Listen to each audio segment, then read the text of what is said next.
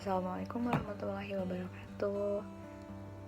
Perkenalkan, nama saya Safitri Insani dari UPPJJ UT Bandung akan mempresentasikan tentang kelayakan usaha cilok goreng atau loreng.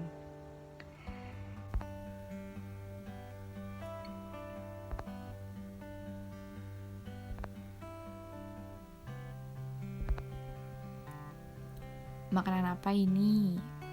Ya betul, ini adalah cilok goreng. Cilok goreng merupakan makanan ringan yang berbahan dasar tepung tapioka atau biasa disebut dengan aci yang dibentuk menjadi bulat dan dibentuk menjadi cilok untuk kemudian digoreng dengan baluran tepung panir atau tepung roti. Nah, bahan baku yang digunakan dalam pembuatan cilok goreng terdiri dari tepung tapioka, tepung panir, ada topping isian berupa sosis, juga boleh opsional dengan mozzarella ataupun lain-lain, dan juga bumbu. Bahan-bahan yang digunakan dalam pembuatan cilok goreng ini cenderung mudah didapatkan, bisa dari warung terdekat atau juga banyak beredar di pasaran.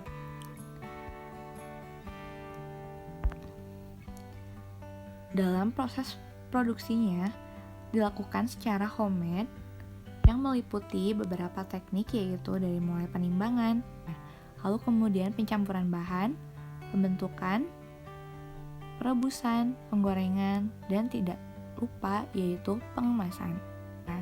Dalam proses pemasaran ini ada segmentasi pemasaran yang diperuntukkan khusus untuk pemasaran dari cilok goreng ini, yaitu siswa atau siswi tempat saya bekerja, teman kerja, yaitu baik berupa guru maupun tenaga kependidikan, dan juga orang-orang lain yang berada di lingkungan sekolah. Lalu juga ada tetangga. Cara pemasarannya ditawarkan secara langsung, lalu juga online. Nah, kalau untuk via online ini baru dilakukan lewat story ataupun dari pesan DM atau WhatsApp. Produk yang dihasilkan tentu berasal dari bahan baku yang berkualitas dan juga murah. Mengapa menggunakan bahan baku yang berkualitas? Tentu agar dihasilkan produk akhir yang berkualitas juga. Pemasarannya, lingkungan pasarnya dipasarkan untuk semua kalangan, namun dengan segmentasi khusus, yaitu tadi di lingkungan sekitar rumah dan juga di lingkungan tempat bekerja. Persaingannya sebenarnya untuk di lingkungan rumah dan lingkungan tempat bekerja belum terlalu banyak yang menjual cilok goreng, sehingga belum terlalu banyak persaingan dalam penjualan cilok goreng. Keuntungan perusahaan.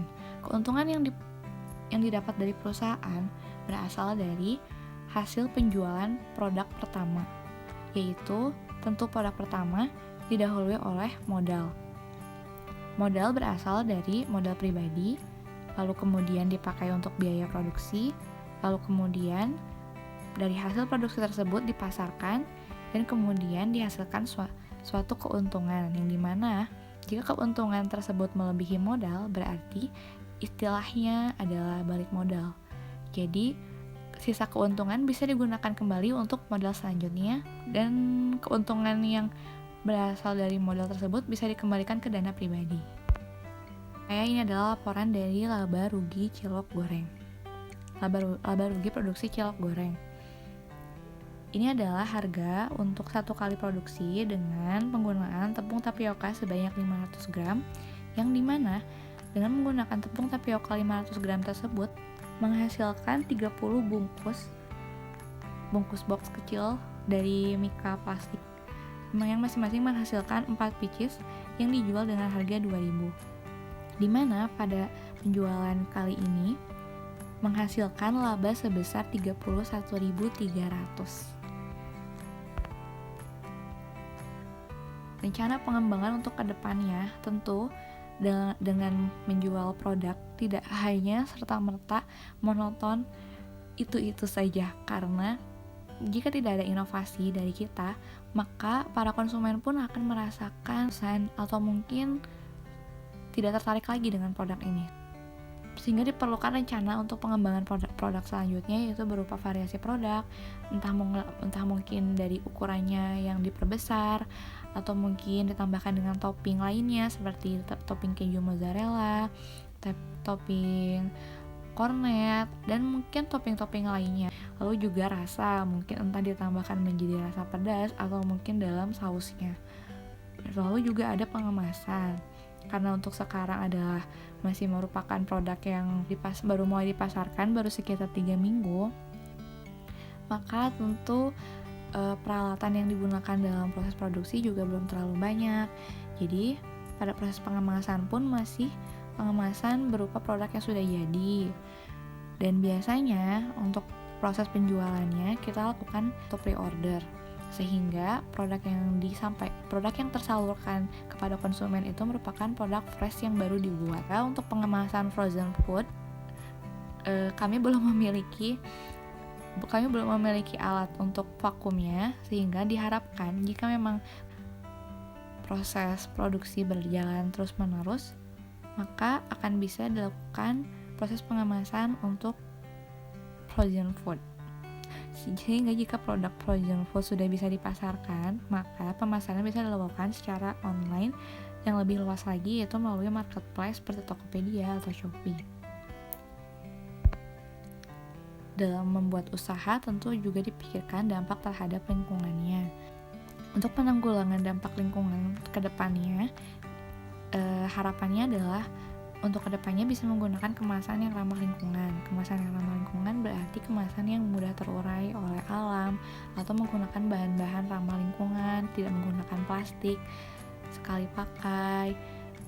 Lalu kemudian juga pembuangan limbah produksi. Dalam pembuangan limbah produksi, contohnya seperti pembuangan minyak sisa penggorengan ataupun sisa-sisa limbah lainnya dalam produksi juga itu perlu harus diperhatikan. Tidak boleh asal sembarang buang, karena tentunya sangat berdampak untuk lingkungan sekitar. Dalam menjalankan usaha tentu ada dampak resiko yang harus dihadapi, yaitu berupa harga bahan baku yang tidak stabil.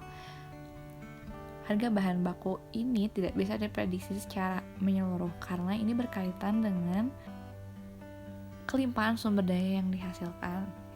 Jadi kita tidak bisa memprediksi tentang harga bahan baku yang akan terus stabil, entah itu akan turun, entah itu akan naik. Lalu terdapat banyaknya pesaing. Jika produk ini semakin booming untuk kedepannya, maka tentu akan semakin banyak pesaing dalam usaha. Tidak mengapa jika makin banyak pesaing, hanya PR untuk diri sendiri adalah bagaimana cara kita mempertahankan produk kita ke depannya.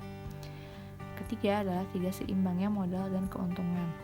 Jika semakin sering kita mengalami kerugian, tentu pasti kita akan terkendala dengan biaya untuk modal produksi selanjutnya. Nah, itu juga harus untuk dipertimbangkan. Rekomendasi akhir, apakah usaha cilok goreng ini layak atau tidak? Jawabannya adalah, menurut pribadi saya, layak.